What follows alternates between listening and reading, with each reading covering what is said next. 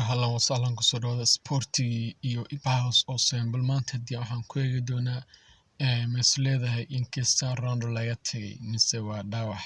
Barnaamijka ayaad ku maqli doontaa iska badayn channelka. Sidoo kaleete waxaan ku eegi doonaa ciyaaryahanka hore ee kooxda Barcelona Samuel Eto'o oo ku biiray jaamacadda Harvard isagoo baranaya cilmiga ganacsiga. Sidoo kaleete waxaan eegaynaa ciyaaryahan Rashford ay doonayso kooxda kubadda cagta ee Barcelona. Paul Pogba weli ma soo laabtay mise waa dhaawac. Barnaamijka ayaad kula socon doontaa iska badayn channelka fadlan. Sidoo kaleete waxaan eegi doonaa tababari hore kooxda kubadda cagta Tottenham Hotspur Pochettino oo la filay inuu ku biiro kooxda kubadda cagta ee Barcelona. May u dhamaatay kooxaha doonaya sida United, PSG iyo weliba kooxda kubadda cagta ee Arsenal.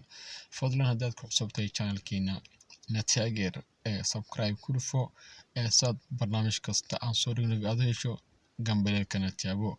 Bal haddii aan eegno ciyaaryahan Paul Pogba ayaa la filaya inuu ku soo laabto garoonka mardhow hase yeeshee tababaraha kooxdaasi Ole Gunnar Solskjaer ayaa sheegay in Pogba weli uu dhaawac ka maqnaa kooxda United la filaya inuu ku soo laabto kulamada xiga balse iminka waa dhaawac marka United soo safi mayso. Dhan kale haddii aan eegno ciyaaryahan Cristiano Ronaldo ayaa mar kale laga tagay kooxda Juventus oo wajahi doonta kooxda kubadda cagta Atalanta ayaa waxaad moodaa inuusan ku jirin shaxda ama ciyaartoyda matali doonta Juventus kana hortagi doonta kooxda kubadda cagta Atalanta.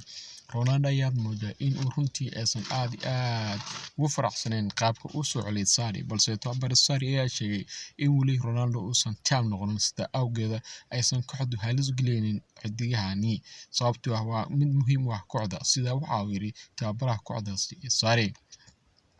Dhan kale haddii aan eegno ciyaaryahankii hore ee kooxda kubadda cagta ee Barcelona Samuel Eto'o ayaa ku biiray jaamacadda Harvard University ee dalka Mareykanka. Ciyaaryahankani hore ayaa la filaya inuu halkaasi wax ka barto cilmiga ganacsiga oo sheegay inuu ku biiri doono oo noqon doono nin ganacsado oo weyn loo yaqaan adduunka oo dhan siba dalka Cameroon.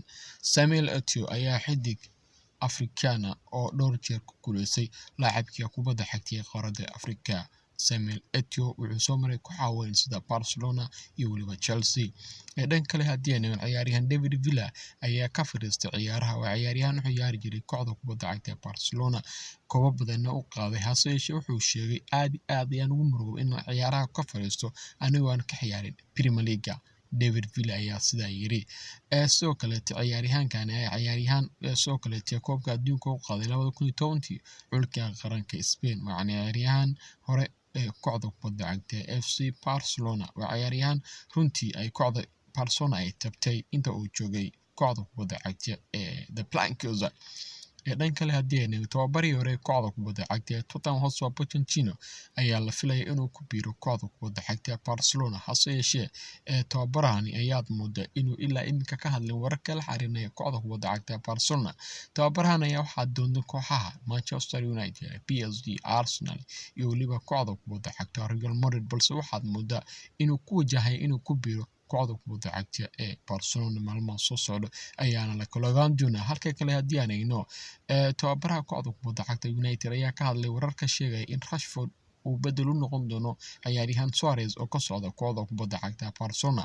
Ole Gunnar Solskjaer ayaa sheegay in arrintaasi aan weli la xaqiijin balse ilaa iminka Rashford uu yahay ciyaaryahan u ciyaara kooxda kubadda cagta ee Manchester United waxyaabo la sheegayna waa waxba kama jiraan marka Rashford weli waa mid ka tirsan kooxda United. Fadlan haddaad ku cusubtahay channelkeena ibahouse 07 like share and subscribe.